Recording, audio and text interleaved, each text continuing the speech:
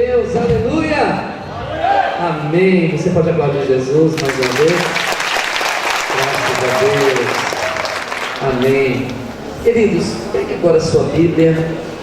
Nós vamos ler a palavra do Senhor em Samuel, 2 Samuel, capítulo de número 8.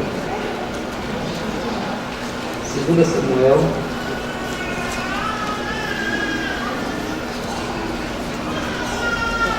no capítulo de número 8, a partir do versículo 1. Hoje nós vamos falar sobre a vitória de Deus está te esperando. Amém, Jesus? Diga para quem está ao seu lado: a vitória de Deus está te esperando. Amém, Jesus.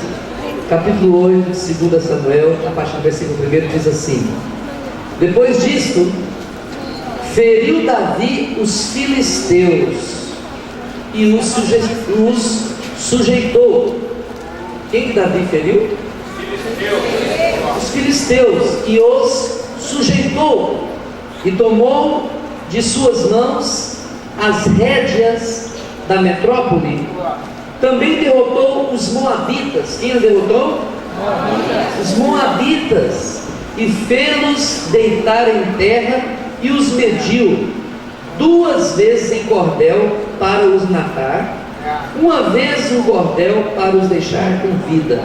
Assim ficaram os moabitas por servos de Davi e lhe pagaram tributos. Também Hadadezer, filho de Reobe, rei de Zobá, rei da onde? Olha só, filisteus, moabitas e zobaitas, né? Rei de Zobá, foi derrotado por Davi quando aquele foi restabelecer o seu domínio sobre o rio Eufrates. Tomou-lhe Davi 1.700 cavaleiros e 20.000 homens de pé. Davi jarretou todos os cavalos dos carros, menos para 100 deles. Vieram os sírios de Damasco a socorrer Hadadezer, rei de Zobá. Porém Davi matou dos sírios 22.000 homens. Davi pôs guarnições na Síria de Damasco, e os sírios ficaram por servos de Davi e lhe pagaram tributo. E o Senhor dava vitória a Davi por onde quer que ele ia. Aleluia. O Senhor dava vitória a Davi por onde quer que ia. Glória a Deus. Vamos orar ao Senhor. Coloque a mão no seu coração. Pai Santo, nesta hora nós oramos a Ti e pedimos a Deus uma palavra revelada pelo Teu Espírito Santo nos nossos corações. Derrama agora, Deus, Tua graça, do Teu amor sobre as nossas vidas, e que nós possamos, ó Deus, ter da parte do Espírito Santo a revelação aos nossos corações, em nome de Jesus Cristo de Nazaré. Amém. Diga para quem está ao seu lado: por onde quer que você for, tem vitória te esperando. Aleluia, amém, Jesus, glória a Deus. Tem vitória te esperando. Tem vitória esperando você. Tem vitória também esperando você aqui, ó. Aleluia. Tem vitória de Deus te esperando. Sabe, amados, a vitória de Deus, ela não está num lugar específico. A vitória de Deus, ela não está numa região, numa denominação. A vitória de Deus, ela está dentro das pessoas que acreditam em Deus. A vitória de Deus está dentro das pessoas que colocam a sua confiança em Deus. E é isso que Deus espera de nós, que nós possamos colocar a nossa confiança nele, porque Deus tem um recado para você nessa noite, que está em Romanos capítulo 8. Abra sua Bíblia em Romanos capítulo 8, e o versículo de número 37. Romanos 8, 37. A palavra de Deus diz assim: em todas essas coisas. Quantas coisas? Todas. Olha o que o Senhor está dizendo: em todas essas coisas, porém, somos mais que vencedores por meio daquele que nos amou. Nós somos mais que vencedores por meio daquele que nos amou. Você é mais que vencedora. Você é mais que vencedor. É o que a palavra de Deus está dizendo. Então, nós temos que ter essa atitude de triunfo. Porém, a palavra do Senhor fala em 2 Coríntios, um pouquinho mais na frente ali, capítulo 2 de 2 Coríntios, no versículo 14, que tem que ter uma coisinha também para você ser uma pessoa que triunfa, né? Para você ter um cheiro de vitória na sua vida.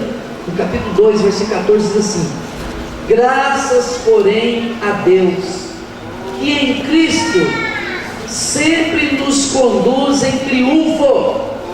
Olha, irmãos, em Cristo Deus sempre nos conduz em triunfo. Glória a Deus. Sabe o que está falando a palavra? É que você quer ter vitória, você tem que estar em Cristo. Se você estiver em você mesmo, você não vai ter vitória. Se você estiver em outra pessoa, você não vai ter vitória. Mas quando você está em Cristo, o Senhor Deus, Ele te garante a vitória. Olha só: graças, porém, a Deus, que em Cristo, só por meio de Cristo, sempre nos conduz em triunfo. E por meio de nós, agora olha só, o que a nossa parte nessa vitória: por meio de nós, manifesta em todo lugar a fragrância do seu conhecimento, o cheiro do seu conhecimento. Sabe o que Deus está dizendo aqui? Que onde quer que você for, você tem que fazer conhecido o nome de Jesus. Você tem que levar o conhecimento de Jesus para as pessoas. Você tem que levar o cheiro, a fragrância de Jesus. Não existe vitória sem batalhas. Diga para quem está falando: você quer vitória, você tem que batalhar. Amém? Você tem que lutar, vencer as tribulações. Como alguém pode ter uma vitória sem passar pelo crivo da batalha? Como alguém pode receber uma recompensa, uma medalha de ouro, sem antes participar da batalha? Então nós precisamos entender isso. Numa vitória sem batalha. Sabe, irmãos, os gigantes sempre apareceram a Davi, apareceram a Israel antes de Davi, e apareceu a nós, e aparecem a nós. Antes de Davi, quando Moisés enviou os 12 espias para espiar a terra, eles viram gigantes na terra, e 10 deles voltaram dizendo: olha, nós não podemos, Moisés e povo de Israel, entrar naquela terra, lá tem gigantes, eles vão pisar em nós como insetos, como gafanhotos, nós somos para eles. E 2 só voltaram dizendo: nós vamos entrar, a terra é nossa, Deus nos entregou. Sabe, tudo depende, a vitória sua depende do ponto de vista, da forma que você enxerga a sua luta, a sua batalha. Tem pessoas que passam por lutas e só ficam reclamando, só abrem a boca para amaldiçoar, para falar coisas que tiram a fé do coração. Mas quando as pessoas, elas passam por uma luta e acreditam em Deus e colocam a sua confiança no Senhor, em Cristo, você é mais do que vencedor. É o que a palavra do Senhor está dizendo. As vitórias estão te esperando, mas a vitória espera corações fiéis, corações entregues, mentes renovadas, espírito de gratidão a Deus e de confiança no Senhor. Sabe, alguns lugares pode até parecer aos seus olhos que não é da vontade de Deus que você esteja ali, sabe? Muitas pessoas estão no trabalho reclamando de onde trabalham, de onde sai o seu sustento. reclama do patrão que é uma pessoa ruim, reclama do funcionário, companheiro que está perseguindo, sabe? Está reclamando, está passando por luta, e às vezes abre a boca para amaldiçoar o seu trabalho. Eu quero sair disso aqui, eu quero largar isso aqui, estou com vontade de ir embora e nunca mais voltar nesse trabalho. E irmã, meu irmão, se Deus te jogou ali, se Deus colocou você ali, se Deus te enviou para aquele lugar, saiba de uma coisa: Deus tem um plano com a sua vida naquele lugar. Deus pegou um profeta e levou ele num lugar que ninguém queria ficar, porque era um lugar cheio de ossos secos, sabe? E ossos, irmãos, não costuma ter bons cheios, bom odor, sabe? E o profeta foi levado para aquele lugar. Não era um lugar que nós gostaríamos de estar, no meio de ossos, muitos ossos, centenas, milhares de ossos. Mas Deus levou o profeta naquele lugar. Quando Deus te leva num lugar, Ele tem propósito com você. Diga para quem está, Deus tem propósito com a sua vida. Quando Deus te levar para você abrir sua casa de paz, hoje nós vamos abrir muitas casas de paz. Deus tem propósito com você. Quando Deus te levar para abrir uma célula, Deus tem propósito com você. E quando Deus te levar num vale de ossos secos, Deus tem propósito com você. O profeta estava diante daqueles ossos, e agora ele ouve a voz de Deus, e Deus diz: olha, meu servo, profetiza sobre esses ossos, profetiza sobre esse espírito de morte, a situação de morte, profetiza vida.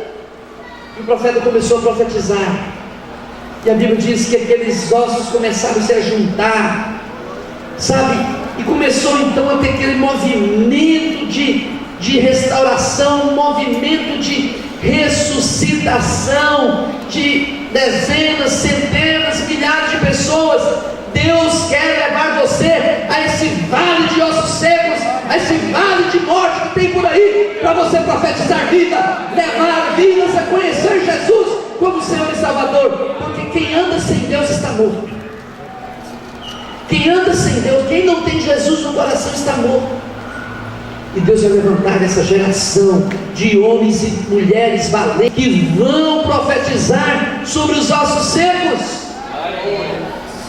Deus não escolhe lugar para ser assim, só aqui que eu vou abençoar. Deus não faz isso. Deus escolhe pessoas para abençoar pessoas. E Deus escolheu você para ser bênção na sua geração, para abençoar pessoas. Muitas vezes as pessoas reclamam, como eu disse, do seu trabalho, mas também reclamam da sua casa. Muitas pessoas estão reclamando: não é esse lar que eu queria para mim, não é esse tipo de filho ou filha que eu queria para mim, não é esse tipo de pai, de mãe que eu queria para mim, não é esse esposo, não é essa esposa, não é essa casa física que eu queria para mim. Eu sou infeliz, dá vontade de sumir. Reclama da família, reclama da casa. E Deus hoje vai puxar a orelha sua, porque o Senhor Deus não quer que você abra a sua boca para amaldiçoar a sua casa, a sua família. Deus quer que você tenha um espírito reto, renovador, vivificado, para da sua boca sair palavras de vitória, liberar palavras de vida para a sua casa, para a sua família. É isso que Deus espera de você. Nós lemos o texto que fala de Davi, nas várias vitórias que Davi teve, mas toda batalha ela deve ter 3 estágios para se tornar realmente uma vitória significativa. Número 1, se você estiver notando, você precisa derrotar seu inimigo. Diga: derrotar o inimigo. Número 2, subjugar o seu inimigo derrotado. Diga: subjugar o inimigo. E número 3, tirar o controle do seu inimigo. Vamos falar juntos? Tirar o controle? Tirar o controle do inimigo. Amém? Então, derrotar, subjugar. Ele tem que estar em obediência a você. Tirar o controle, você tem que tirar o controle dele sobre a sua vida, sobre o que é seu. Muitos de nós vivemos alguma batalha, mas não subjugamos o adversário, não conseguimos tirar o controle das suas mãos. Aí continuamos a repetir erros, os mesmos erros. Sabe por quê? Porque a gente às vezes venceu uma batalha, mas não, a gente derrotou às vezes o inimigo naquele momento, mas nós não subjugamos ele e nem tiramos o controle da mão dele. Sabe, é a mesma coisa daquela pessoa que é viciada em um jogo, o jogo de bicho, por exemplo. Dou esse exemplo aqui, o jogo de bicho, aquela pessoa que gosta de jogar no bicho. Não sei se tem isso aqui ainda, mas antigamente tinha jogo do bicho, que as pessoas elas dormiam, sonhavam com macaco, ou sonhavam com árvore, faziam a árvore é macaco, então jogava no macaco, jogava no macaco, sabe? Sonhava com um rio, vai dar jacaré, vai dar peixe, né? Não, peixe não tem, né? Vai dar alguma coisa assim. Aí eles jogavam.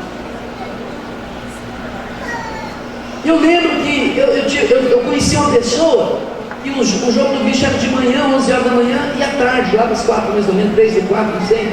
Eu sei que ele acordava cedo já com uma mentalização de jogar um animal lá, e ele jogava, aí ele almoçava, dormia um pouquinho para sonhar de novo. Ele sonhava, ele jogava no jogo da tarde, sabe? Essas pessoas, elas ganham um dia e perdem 300 dias, mas elas estão ali, escravas. Quantas pessoas estão escravas? Escrava de alguma coisa que tem um controle sobre a sua vida, alguma coisa que está te controlando. Ao invés de você estar subjugando a coisa, essa coisa está te subjugando. Ao invés de você ter controle sobre essas coisas, essa coisa está te controlando. Era assim. Israel passou por isso. Davi, a história dele é muito interessante. Eu estou escrevendo um livro e eu estou justamente falando sobre Davi. E nesse momento, e Davi me chamou a atenção porque ele era um jovem que estava além do seu tempo. Era um jovem que tinha uma mentalidade futurística. Era uma pessoa que tinha planos, tinha estratégias. Ele, para as pessoas da sua época, ele estava na frente. Sabia disso? E se você quer ter vitória, você tem que ter uma pessoa, você quer ser relevante, você tem que ser uma pessoa à frente das demais. Porque se você for igual, você está no meio da multidão. Só passa do concurso aquele que está na frente, aquele que estudou mais, aquele que dormiu menos para estudar mais. Mas aquele que gosta de dormir até 10 horas da manhã, ele está lá no meio da multidão. Davi era uma pessoa estrategista. Olhem comigo. Ele chega a ver aquele movimento, todos os soldados tremendo de medo do gigante, porque naquela época havia modalidades de guerra. Havia guerra, todo mundo se enfrentava todo mundo e matava, havia aquela matança, e quem matou mais, ganha. Mas havia uma modalidade também de um povo mandar um representante para lutar com um representante do povo de cá. E a história de Davi e Golias é justamente com essa modalidade de guerra. Eles trouxeram um gigante, colocaram e disseram: agora eu quero saber quem de vocês tem coragem de enfrentar ele. Bem, todos os dias era um tormento essa guerra que não tinha fim, e todo mundo com medo, todos os soldados tremendo, que ninguém tinha coragem de enfrentar aquele gigante. Todos diziam assim: na hora que ele pegar em mim, ou eu abraçar ele, ele vai me quebrar o corpo, porque ele é um gigante, ele é enorme. Olhem para mim, não importa o tamanho do gigante que está apresentando para você, você não pode confiar nas suas forças. Você não tem força, nenhum de nós temos força em nós mesmos para vencermos as batalhas. Por isso que o Senhor Deus fala no texto que nós lemos, que quem está em Cristo, é em Cristo que nós somos vitoriosos, em Cristo nós somos triunfantes. Por isso, quando Davi chega no meio daquela situação, ele vê, sabe que tem um gigante ali, e ele diz: olha, eu posso lutar contra ele. Tentaram colocar uma roupa em Davi, tentaram colocar, sabe, a roupa do rei em Davi, uma espada enorme. Ele mal conseguia andar. A Bíblia diz que ele não conseguia andar, porque era tudo pesado, e ele era uma pessoa leve, gostava de correr, de pular, sabe? Ele era uma pessoa leve, não era uma pessoa engessada, presa em molduras. E agora Davi chega com um outro pensamento à frente daquele povo. Sabe o que eu imagino que Davi pensou naquele momento? Ele diz: olha, esse gigante aí, eu e nem ninguém aqui podemos enfrentar ele mano a mano com as nossas forças, na peleja corporal. Eu vou ter que ter uma estratégia de vencer ele antes de chegar perto de mim. Aí, irmãos, aí começa a estratégia. Quando o gigante se apresenta na hora da batalha, o gigante desdenha de Davi, e Davi pensa assim: eu preciso de derrubá-lo antes que ele chegue perto de mim. Davi pega, a Bíblia fala que ele pega o seu alforje, né? Ele soca a mão ali naquele alforje e ele tira uma pedra. Sabe, vamos lá para 1 Samuel, capítulo 17. 1 Samuel.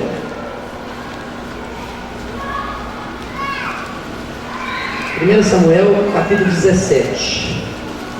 Aí nós vamos ler o versículo 49. Diz assim, ó: Davi meteu a mão no alforje e tomou dali uma pedra, e com a funda lhe atirou e feriu o filisteu na testa. A pedra encravou-se-lhe na testa e ele caiu com o rosto em terra. Olha para cá.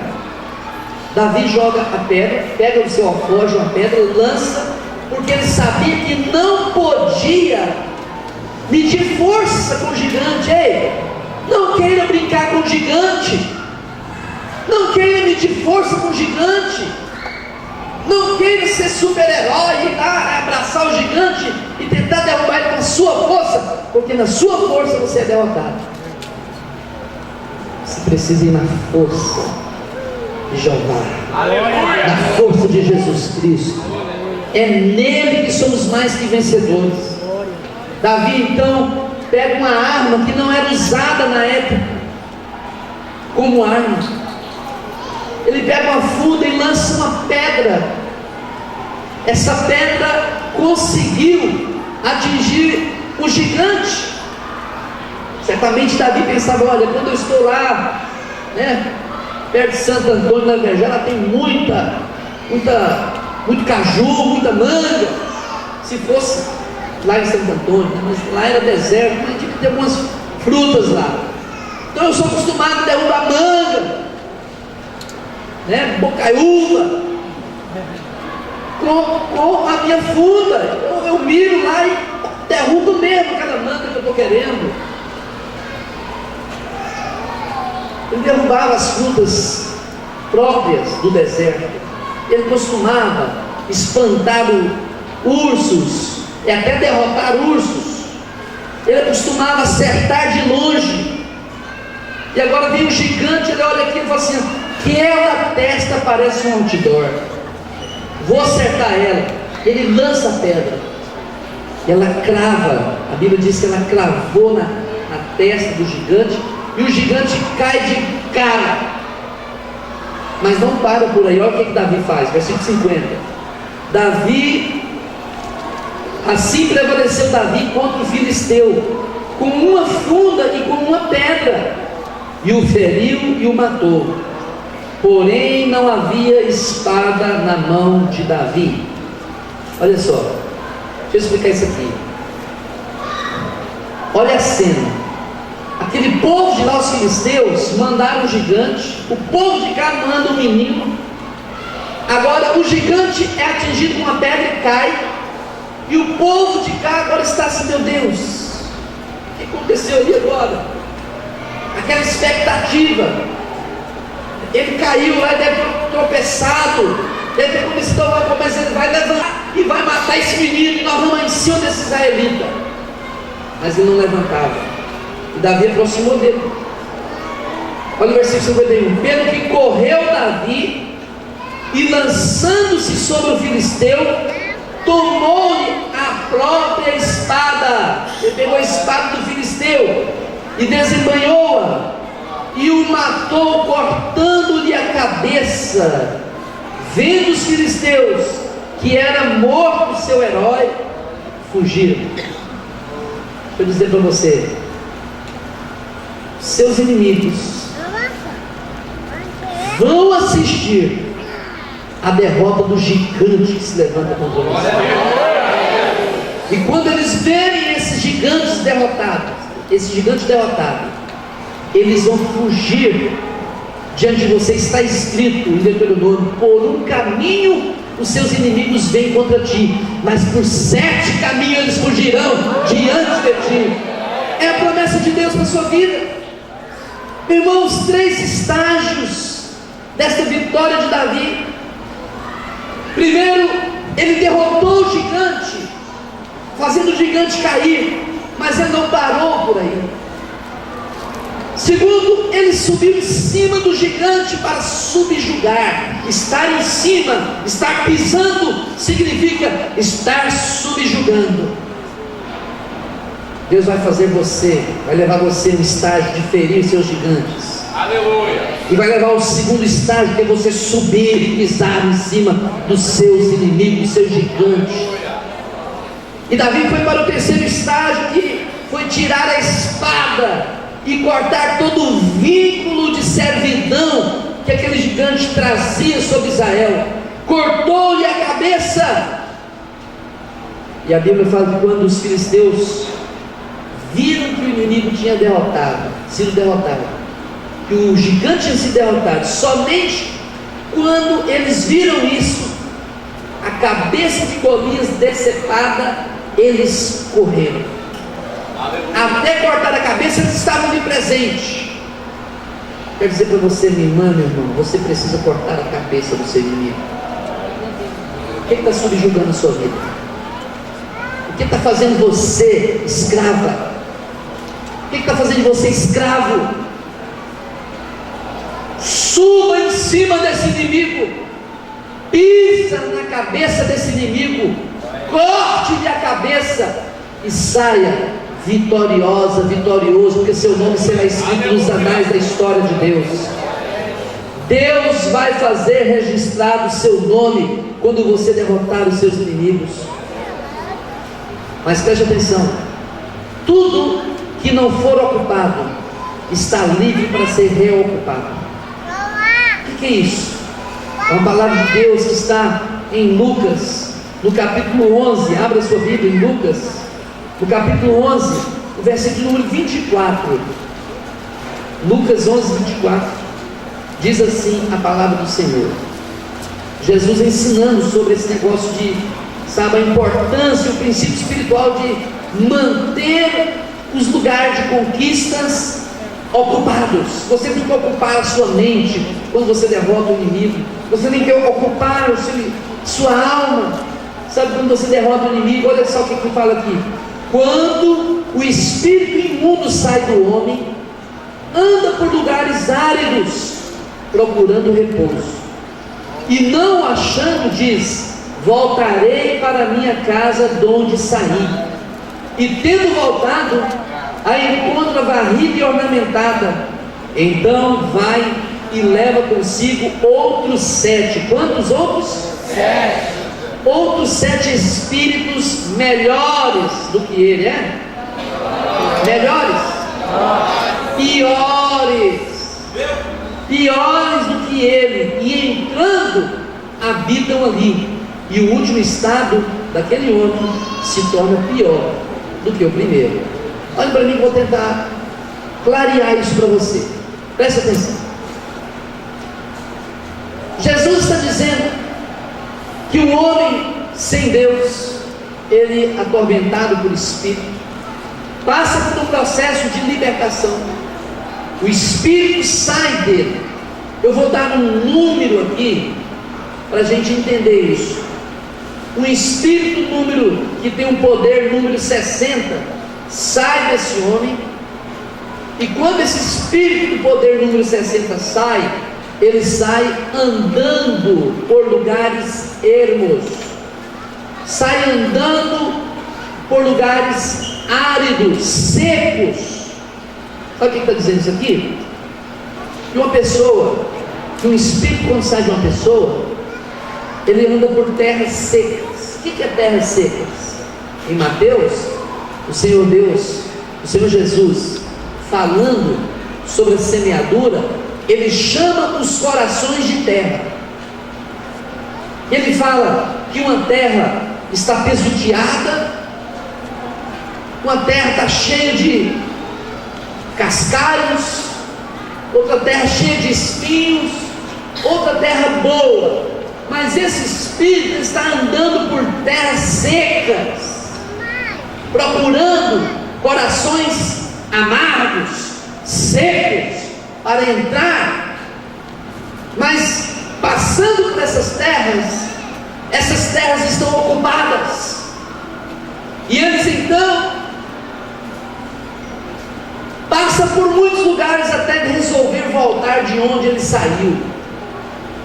E quando ele volta de onde saiu, esse espírito número 60, encontrando a casa desocupada, varrida, ornamentada, pronta para receber novamente os seus inquilinos, o seu inquilino maligno, esse espírito volta, entra, mas não vem sozinho.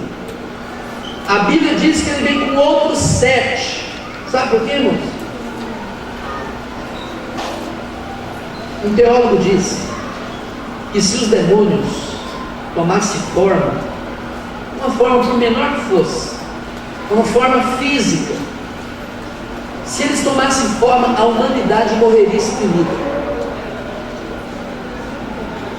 Então tem demônio demais sem corpo, querendo um corpo para entrar. Olha o que eu estou dizendo para você. Existem demônios demasiados, sem direito, sem lugar de moradia no mundo físico, e eles estão doidos procurando um lugar para orar. E quando o espírito número 60 sai, eles consideram esse espírito fraco. Aí vem outros 7 espíritos mais fortes, o número 70, o número 80, o número 100, 120, 7 mais forte que o 60, e pega eles. E você tem um lugar para nós irmos junto com você, e agora você vai servir nós aí, nós vamos comandar esse corpo agora. Ele volta, e se encontrar a casa vazia, ele vai entrar, e o último estado será pior do que o primeiro. Você entendeu? Você viu a seriedade desse versículo que a palavra de Deus fala? Então preste atenção. O Senhor Deus está falando que muitas pessoas chegam até derrotar o inimigo, aceita Jesus como Senhor e Salvador, mas não consegue subjugar esse inimigo. Esse inimigo está sempre dando a volta por cima e montando nele. Pessoas explosivas, pessoas que brigam, que xingam, que quebram prato, que quebram a cara dos outros, sabe? Que pessoas que dá tiro, que faz, sabe, perde a estribeira. Pessoas que não têm controle sobre o inimigo, pessoas que usam sua boca para maldizer, para falar mal, para levantar calúnias, para falar de todo mundo, pessoas que usam suas finanças para o mal, que usam a sua vida, o seu corpo, a sua fala, sabe, os seus ouvidos, os seus olhos para o mal. Senhor Deus está dizendo que você precisa buscar as táticas de Davi. Davi ele usou táticas para manter os seus inimigos subjugados. Quando Davi venceu os moabitas, ele subjugou os moabitas, e os moabitas passaram a pagar impostos. E para vencer, a Bíblia fala em 2 Samuel, no capítulo 8, versículo 4, que Davi jarretou os cavalos deles. Olha só, capítulo 8 e o versículo 4. Tomou-lhe Davi 1.700 cavaleiros e 20.000 homens de pé. Davi jarretou todos os cavalos dos carros. O que é jarretar os cavalos do carro? Davi incapacitou os cavalos para combate, fez uma ferida nos tendões dos cavalos. Então os cavalos agora não podiam mais andar, não podia carregar ninguém, não podia ir para a batalha. Davi jarretou o instrumento que o inimigo usava para guerrear. Deus está dizendo que você tem que jarretar também os instrumentos que o inimigo usa contra a sua vida. Ferir o inimigo, tirar aquilo que ele usa contra você. Não há vitória sem objetivos, sem estratégias, sem sonhos. Nós precisamos ter objetivos, nós precisamos ter sonhos, precisamos ter estratégias. Na cidade de Atlanta, nos Estados Unidos, lá na Geórgia, tem um monumento dedicado a Martin Luther King. Martin Luther King foi aquele pastor negro que na década de 60 ele fez um lindo discurso falando que ele tem um sonho, né? I have a dream, tem um sonho, e no discurso ele falava o que era esse sonho. Ele dizia que o sonho dele era ver as pessoas com os direitos iguais, sabe, o negro poder ter condição de conversar, ser amigo de um branco, estudar na mesma escola, entrar no mesmo ônibus, porque era um racismo terrível nos Estados Unidos nessa época. Havia lugares, havia os ônibus que os negros tinham que ir e não podiam sentar, só os brancos. E o negro não podia dirigir a palavra a um branco. Havia algo terrível, sabe, uma prática de racismo naquela ocasião. E esse homem, ele disse: eu tenho um sonho.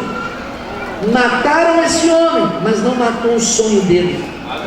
E hoje, esse país é governado por um homem negro. Há hoje a liberdade tremenda naquele país. Mas eu quero dizer para você, o sonho dele não morreu. Eu quero dizer para você, minha amada, meu amado, você tem que encher seu coração de sonhos. Porque a nossa vida aqui é até passageira, mas quais os sonhos que você vai deixar plantados para sua casa, plantados para sua família? Que sonhos você vai deixar plantado para as próximas gerações? Deus te chama para isso. Reconheça a origem, a fonte de suas vitórias, porque a fonte das suas vitórias não está em você mesmo, não está na sua capacidade.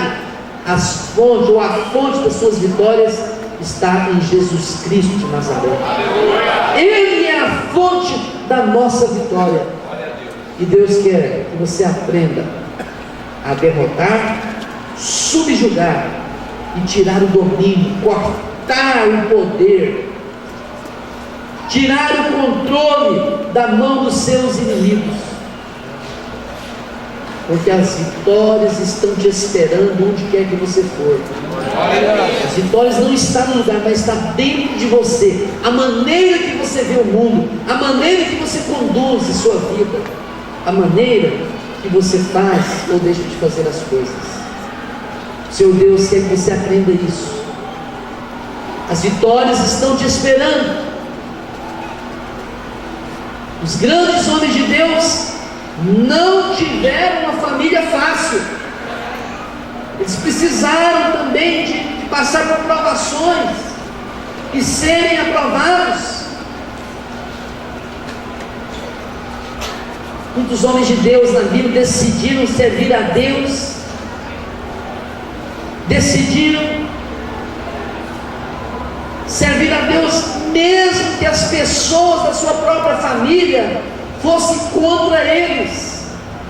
Talvez tenha alguém aqui nessa noite que está sofrendo retaliação até da própria família, e sua família não quer que você sirva a Deus, sua família quer que você esteja na bebedice, esteja usando drogas, esteja, se prostituindo, bebendo, fazendo tudo menos estar na casa de Deus. Às vezes nós temos que enfrentar. José enfrentou seus irmãos, que tinham ciúmes dele. Jacó enfrentou Labão, que tinha ciúme dele, que não queria que ele prosperasse. Davi enfrentou Eliabe, que era o irmão mais velho, que maltratou ele quando ele foi ali naquele exército. E quando ele vence o gigante, Eliabe ainda fica enciumado. Mas a vitória do Senhor está para aqueles que persistem, aqueles que querem vencer, aqueles que querem fazer a diferença. Jesus disse: olha, quem não deixar pai e mãe por amor a mim, não é digno de entrar no meu reino. Não tem parte, não entra, não é parte do reino. Tomar a sua cruz e seguir Jesus é o que Deus espera de você. Derrote seus inimigos. Quem é seu inimigo? Quem está lutando contra a sua vida todos os dias? Quem está te subjugando? Quem está tendo influência sobre a sua vida? Davi venceu todos os seus inimigos. Cada inimigo que ele vencia, ele pegava os despojos e consagrava a Deus os despojos. Nós precisamos aprender isso. Aqui no capítulo 8, no versículo 7 de 2 Samuel diz: tomou Davi os escudos de ouro que havia com os oficiais de Hadadezer e os trouxe a Jerusalém. Tomou mais o rei Davi muito grande quantidade de bronze de Betá e de Berotai, cidades de Hadadezer. Então, ouvindo Toi, rei de Amate, que Davi derrotara todo o exército de Hadadezer, mandou seu filho Jorão ao rei Davi para o saudar e congratular-se com ele por haver pelejado contra Hadadezer e por havê-lo ferido, porque Hadadezer de contínuo fazia guerra a Toi. Jorão trouxe consigo objetos de prata e de ouro e de bronze, os quais também o rei Davi consagrou ao Senhor, juntamente com a prata e o ouro que já havia consagrado de todas as nações que sujeitaram. Quero dizer para você, o Senhor Deus quer também que você, nesse exemplo de Davi, consagre a sua vida, que você dedique a sua vida, os seus bens ao Senhor, que você seja uma pessoa que busque o caminho da fidelidade a Deus. Como você consagra os seus bens a Deus? Quando você se torna na casa de Deus um dizimista fiel, um ofertante fiel, quando você participa das coisas para o engrandecimento do reino de Deus. Essa obra não é de homem, é de Deus. Abrir outras igrejas não é coisa de homem, é coisa de Deus, e você pode fazer parte, deve fazer parte disso. Derrote seus inimigos, subjugue seus inimigos, corte o domínio desses inimigos e consagre a sua vida no que é seu ao Senhor. Vamos ficar de pé nessa hora em nome de Jesus.